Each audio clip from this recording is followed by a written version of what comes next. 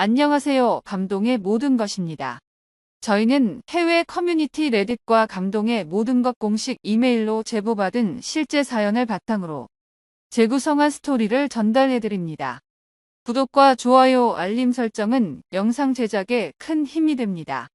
영상 수익은 독거노인 및 불우이웃에게 전액 기부되니 끝까지 시청 부탁드립니다. 그럼 본격적인 이야기 시작하겠습니다. 프랑스의 한 항공사 사무실. 오늘 프랑스에서의 마지막 근무를 마치고 동료들의 축하를 받고 있는 프랑스 여성이 있습니다. 그녀에게 한 중국인 동료는 다가가 걱정스러운 한마디를 건네는데요. 바로 그녀가 한국지사로 발령을 신청했다는 말을 듣고 마지막 만류를 하려는 것이었습니다. 사실 프랑스 여성은 그 이야기를 듣고 순간 고민을 하기도 했는데요. 하지만 한국지사에 오게 된 그녀는 한국에 오지 않았으면 더 큰 후회를 했을 거라며 안도의 한숨을 내쉬었다고 합니다. 과연 그녀에게는 무슨 일이 있었던 걸까요? 그럼 본격적인 이야기 시작하겠습니다. 프랑스 여성의 사연입니다. 안녕하세요. 프랑스 파리에서 살고 있는 테이트라고 합니다. 우리는 보통 경험한 적 없는 나라를 접할 때 주변 사람들의 말을 듣거나 혹은 인터넷에 나오는 말들을 믿곤 하는데요. 이것이 나쁘다고 할 수는 없지만 때때로 주변인들과 인터넷에 나오는 말들을 맹신하여 그 나라가 가진 좋은 점을 지나치기도 하는 것 같아요. 저 역시도 그랬거든요. 항공서비스학과를 나온 저는 운이 좋게도 인턴으로 근무를 시작한 항공사에서 정규직으로 전환이 되어 국제비행에도 일을 할 수 있었어요. 같은 학과를 나온 친구들은 이런 저를 부러워하기도 했죠. 이런 말하긴 부끄럽지만 친구들이 부러워할 때면 저도 모르게 우쭐한 기분이 들기도 했네요. 제가 근무를 하고 있는 항공사는 흔히 말하는 프랑스의 3대 메이저 항공사 중 하나로 프랑스에서도 손꼽힐 만큼 근무 환경과 조건이 좋기로 유명한 회사였으니까요. 물론 대형 항공사에 바로 취업을 성공했다고 해서 저에게 힘든 점이 아예 없었던 것은 아니었습니다. 원래 실습과 직접 고객을 상대하고 일을 하는 것은 다른 일이잖아요. 이 때문에 처음 국내 비행을 할 때만 해도 실수를 참 많이 하곤 했네요. 고객님들의 기내식 주문도 쩔쩔매면서 말이에요. 한 번은 뜨거운 커피를 요청한 고객님께 컵에 커피를 따르고 드리는데 몸을 돌리면서 캐리어에 부딪히는 바람에 커피를 그만 옆자리 손님에게 쏟는 큰 실수를 범하기도 했죠. 그땐 정말 아찔하고 어쩔 줄을 몰랐습니다. 항공사 승무원은 고객님과 제일 먼저 맞이하는 직업이라 항공사의 얼굴과도 같은 중요한 존재니까요. 고객님에게 실수를 했을 때만 해도 승무원 일을 그만두어야 하나 생각을 했는데요. 참 감사하게도 선임자분께서는 자책하는 저를 다독여 주셨고 덕분에 저는 무사히 국내선 비행은 적응을 할 수 있게 되었네요. 어느 날 저의 선임께서는 이번에 항공사 내에서 국제선 파티의 지원자를 뽑는다는 소식을 전해주면서 이번에 국제선으로 갈아타 보는 건 어떠냐고 하셨어요. 여행은 누구에게나 설렘 아니겠어요? 선임의 제안을 들은 저는 그날부터 가슴이 콩닥콩닥 뛰었답니다. 이제 국내선을 넘어 국제선도 탈 수 있겠다는 생각에 흥분되었지 뭐예요. 저는 회사의 공고문을 찾아봤어요. 이번 국제선 승무원은 아시아 쪽을 모집하더라고요. 중국과 일본, 한국이 있었습니다. 일본은 이미 도쿄의 나리타 공항에 우리 항공사가 거점으로 쓰고 있었기 때문에 그곳으로 지원하면 숙소와 차량, 제공 등 여러 가지로 편리한 점이 많다는 것을 알고 있었습니다. 하지만 같이 일하는 중국인 동료는 베이징을 적극적으로 추천해 주었어요. 나라가 큰 만큼 다양한 문화를 체험할 수 있다고 말이에요. 그런데 저를 아껴주는 선임은 진심 어린 조언을 해주었답니다. 국제비행을 통한 여행의 설렘도 좋지만 우리는 승무원이란 직업적 성격을 잘 생각해야 한다고 말입니다. 장거리 비행은 비행이 끝난 후 휴무가 주어지는데 3박 4일을 다녀오면 도착한 날을 제외한 이틀은 무조건 쉬게 되는데 이걸 데이오프라고 합니다. 한 달에 데이오프가 8일에서 9일 정도 생기는데 그렇다면 해외에서 숙박하는 일이 4일 이상은 된다는 말이거든요. 게다가 스탠바이를 생각하면 공항 근처의 시설이 중요하다고 했습니다. 스탠바이는 비행을 하기로 했던 승무원이 갑작스런 일로 비행을 하지 못하게 될 상황을 대비해 대기하는 것을 말합니다. 데이오프라고 하더라도 급작스런 일이 생기면 바로 비행을 해야 했기에 공항에서 먼 곳에 숙소를 정하지는 못한다는 것이었습니다. 생각해보니 선임의 말씀이 옳았습니다. 그래서 저는 장거리 비행하면서 과연 어떤 근무지에서 승무원 일을 더 잘할 수 있을지 고민해야 했습니다. 그러면 결국 일본의 나리타 공항을 선택해야 하나 고민이 되더라고요. 하지만 선임은 무조건 한국을 선택해라고 했어요. 제가 주로 다니는 곳이 인천공항이 될 테니 인천공항을 한번 알아보면 한국을 선택하지 않을 이유가 없다면서 말입니다.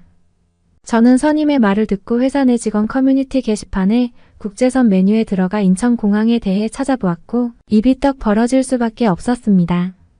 한국 국제선을 3년 이상 근무한 레오나의 글을 몇 번이고 읽었지 뭡니까? 그녀의 인천국제공항 이야기는 너무 세세하게 적어놓아서 머릿속에 그림이 다 그려질 정도였으니까요. 그녀의 글에는 인천공항의 위상부터 적어놓았습니다. 공항은 그 나라의 첫인상인데 인천공항은 말 그대로 귀족의 공항이라 할 수 있다. 공항의 품질 평가를 전문으로 하는 회사인 스카이트랙스와 여행업계의 오스카상이라고 불리는 리더스 초이스 어워드. 항공 승객 권리 단체인 에어헬프는 매년 세계 공항을 선정하는데 거기엔 인천공항이 12년 연속 서비스 분야 1위를 차지하고 있다. 인천공항이 개항한 지 20년이 넘었지만 여지껏 인명사고 한 번 난 적 없고 전 세계가 코로나 방역으로 고심할 때 인천공항은 코로나19 방역 우수 공항상과 최고 보안 공항상까지 받은 곳이다.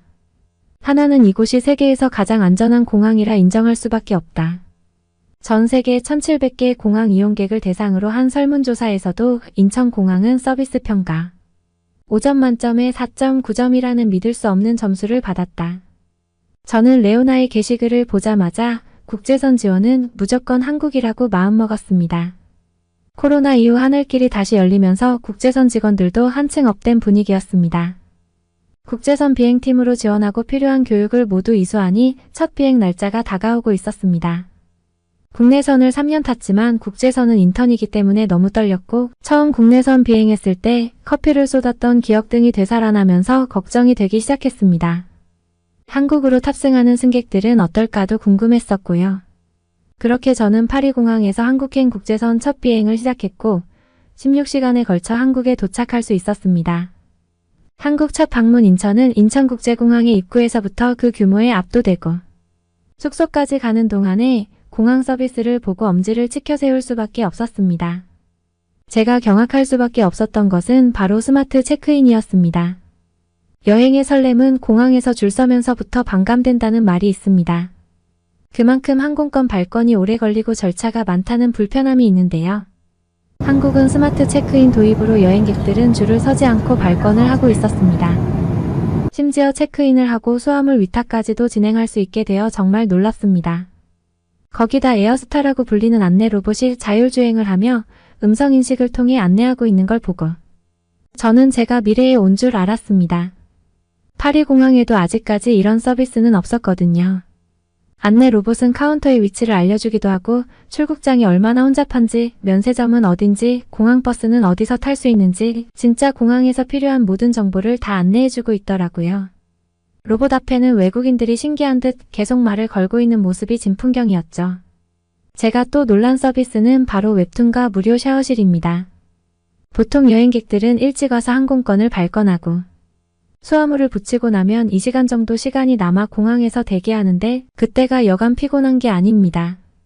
하지만 인천공항에는 수면용 의자가 준비되어 있으니 대기하는 고객들이 편히 쉴 수 있겠다 싶었어요.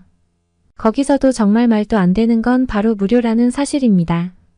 환승 고객한테는 샤워실도 무료라는 사실까지 듣고 정말 한국은 부자 나라구나 생각했습니다. 막 퍼다 주는 게 아니고 정말 필요한 서비스를 제대로 제공하는 똑똑한 부자 나라 말입니다. 마지막으로 저는 공항 내 세탁소를 보고 기절할 뻔했습니다. 어떻게 공항에 세탁소가 있을 수 있지? 누가 이 멋진 아이디어를 생각해냈을까 싶을 정도였어요. 한국 사람들은 머리도 정말 좋습니다. 세탁소에는 드라이클리닝과 수선, 다림질, 운동화 세탁까지 가능하기 때문에 업무차 한국에 온 비즈니스맨뿐만 아니라 여행객들에게는 무척이나 편리할 것 같았어요. 세탁소 옆에는 코트룸이 있어 외투도 보관이 가능했습니다. 일반 고객은 물론 저처럼 직업으로 이곳을 다니는 사람을 위해 항공사별 코트룸이 있어 일정 기간 동안 무료로 이용할 수 있도록 해주는 거 있죠. 저는 이 모든 상황이 거짓말 같아 프랑스에 있는 선임에게 SNS로 하나하나 일러 바쳤어요. 선임은 보고도 못 믿겠다고 진짜 무료인지 직접 해봐라고 하더라고요. 까치 비행 온 다른 승무원들은 이미 익숙한 듯 귀족 서비스를 누리고 있고 저는 막 도시의 상경한 촌달처럼 눈이 휙휙 돌아가고 있었답니다.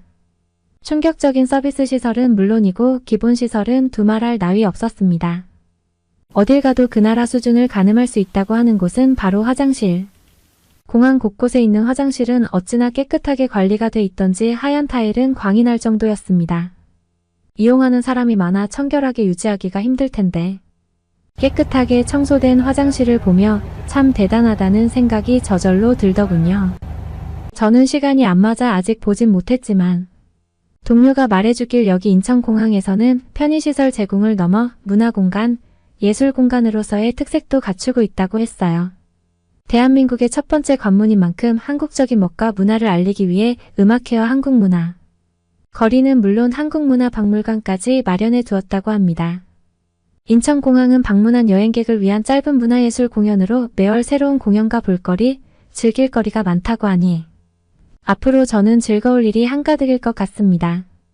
국제선 승무원으로 한국을 선택하게 해준 손님에게 너무 감사하고 또 이렇게 좋은 근무 환경을 제공해준 한국의 인천공항도 너무 감사합니다. 사실 우리나라의 인천공항이 유명하다, 최고다라는 이야기는 수도 없이 들었지만 이 정도로 뛰어났을 줄은 상상도 못했는데요. 앞으로도 인천국제공항이 더욱 외국인들에게 편안한 휴식처이자 한국의 쾌적한 첫 인상으로 남겨지길 바라며 오늘의 영상 마치겠습니다. 응원이나 남기고 싶은 말이 있으시면 댓글로 남겨주세요. 사연자분께 전달해드리겠습니다. 혹한의 추위가 몰아치는 시베리아 한복판, 매서운 눈보라의 길 한가운데 고속버스가 멈추고 많은 사람들이 살려달라고 울부짖는데 과연 어떤 일이 벌어진 걸까요? 안녕하세요. 저는 러시아 시베리아에 살고 있는 데일리라고 합니다.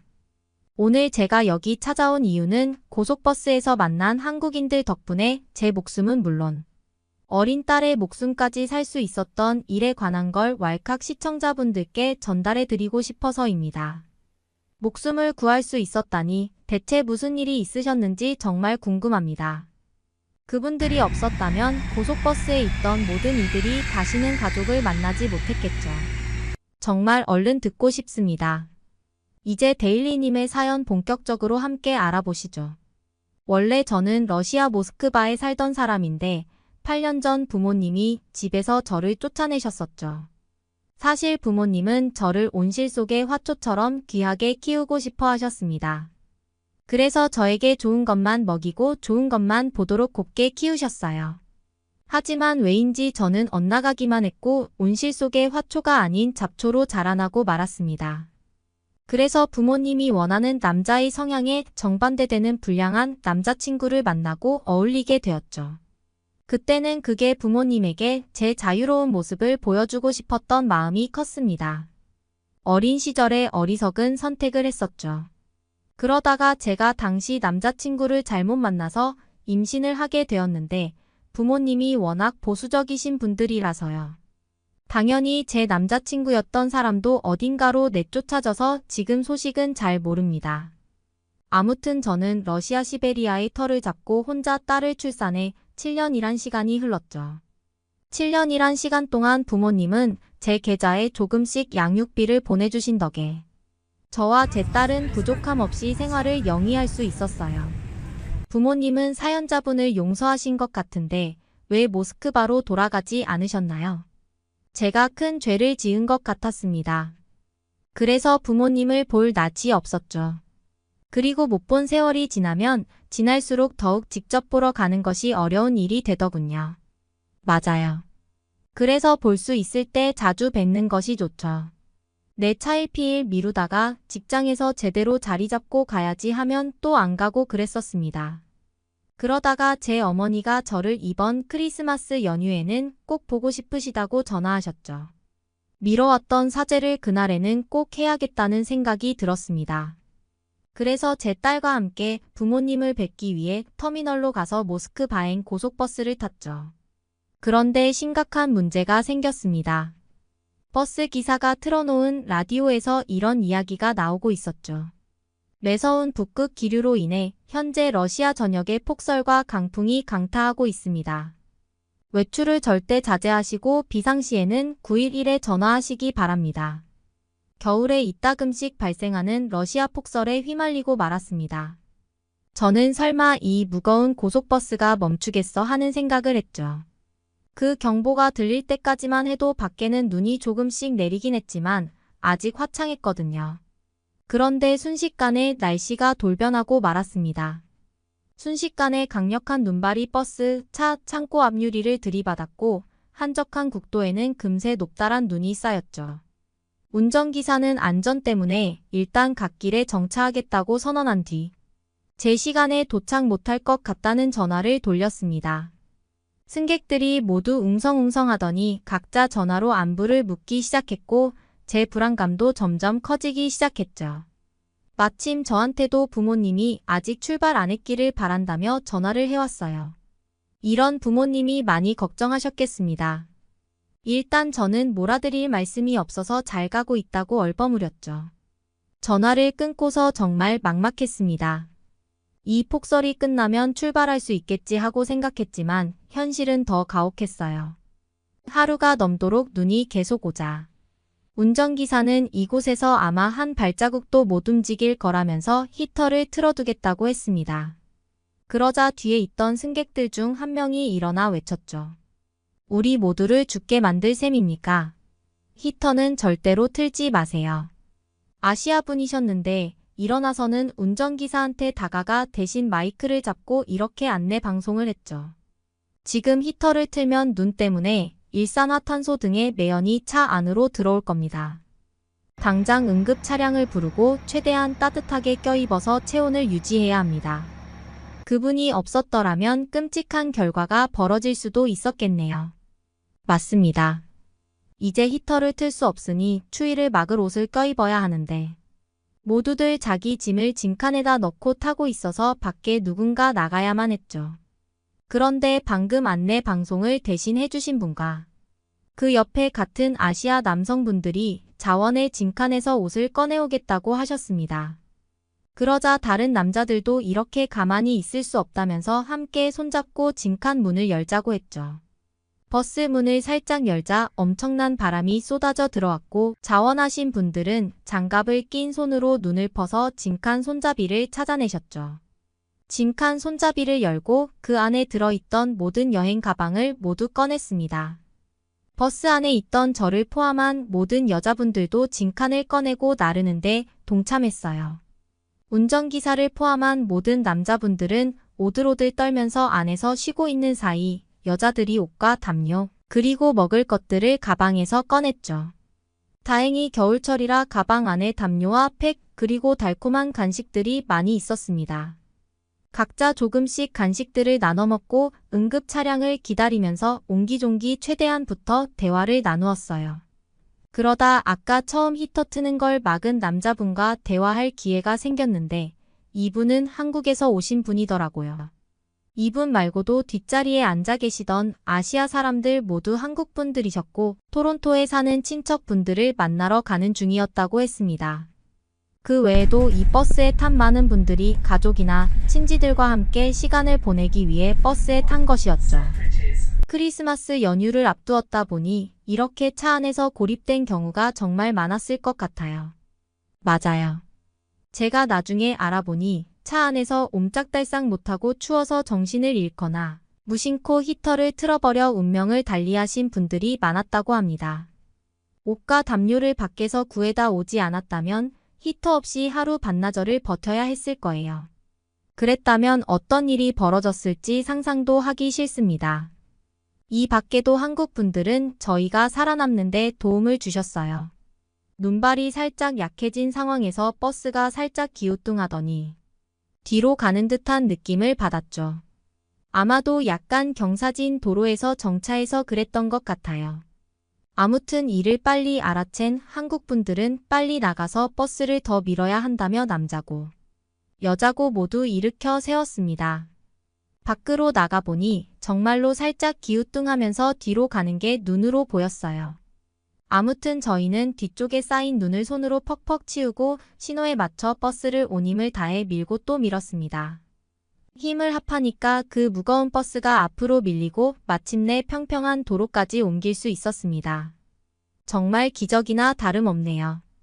그때 하나도 정신이 없었는데 버스 안에 들어오면서 뭔가 뿌듯함을 느꼈죠. 이런 가혹한 재난 상황 속에서도 정신만 차리면 살 수 있구나 하는 그런 생각이요. 그리고 다 같이 힘을 모아서 뭔가를 해본 것이 굉장히 오랜만이어서 묘한 기분이 들었습니다. 그러나 눈발이 좀 더 약해지니까 그제서야 응급 차량이 저희를 구출하러 왔죠. 왜 응급 차량들은 그제서야 오던가요? 저도 그때는 왜 이제야 도착하는지 이해를 하지 못했습니다. 그런데 응급대원분들은 최선을 다하셨던 걸 나중에서야 알았죠. 구조 요청이 한꺼번에 너무 많이 들어온 데다가 초반에 폭설이 가장 심한 상황에 구조하러 나가셨다가 오히려 갇혀버린 응급대원분들도 있었다고 해요. 저런 제가 생각이 짧았습니다. 저도 마찬가지죠. 그분들의 희생과 헌신에 대해 너무 당연하게 생각하기도 했고요. 나중에 무료로 버스편을 배정받아 모스크바에 도착해 부모님을 만났을 때는 모든 것이 꿈 같고 비현실적이었어요. 그 사건 이후로는 제 일상이 너무나 귀하고 값지다는 걸 하루하루 깨달으며 살고 있는 중입니다. 언젠가는 그 한국 분들을 다시 만나 그때 정말 감사했다고 말씀드리고 싶어요. 만약 그분들이 타지 않은 다른 버스를 탔다면 저와 제 딸은 어떻게 되었겠어요. 그래서 나중에 한국 남자분의 연락처를 받아 연락을 해보셨다면서요. 네, 감사하다고 언젠가는 꼭 만나 식사라도 대접하고 싶다고 말씀드렸죠. 그런데 뜻밖의 대답이 돌아왔습니다. 또 그런 일이 생기면 이제는 다른 사람을 잘 도와주시면 된다고. 그렇게 크게 신세졌다고 생각하지 말라고 하셨죠. 그분의 말씀대로 저도 다시 이런 일이 생긴다면 다른 사람들을 적극적으로 돕고 싶어요. 데일리님의 사연 어떠셨나요? 느닷없이 닥친 재난에 한국 분들의 대처가 없었다면 어찌 되었을지 상상이 가지 않습니다. 여러분들은 이런 상황에 닥쳤을 때 어떻게 행동하실 것 같으신가요? 어떻게 보셨나요? 오늘의 이야기는 여기까지입니다. 오늘의 사연은 여기까지입니다. 응원이나 남기고 싶은 말이 있으시면 댓글로 남겨주세요. 사연자분께 전달해 드리겠습니다. 저희 감동의 모든 것은 실제 사연 제보를 받고 있습니다. 채택되신 분께는 선물도 드리고 있습니다. 저희의 사연이 여러분의 하루의 작은 힘이 될 수 있었으면 좋겠습니다. 지금까지 한국의 감동적인 이야기를 전해드리는 감동의 모든 것이었습니다. 구독과 좋아요를 눌러주시면 영상 제작에 큰 힘이 됩니다. 감동적인 사연을 주변 사람들에게 공유하고 함께 이야기 나눠보세요. 끝까지 시청해주셔서 감사합니다. 더욱 더 좋은 영상으로 찾아뵙겠습니다.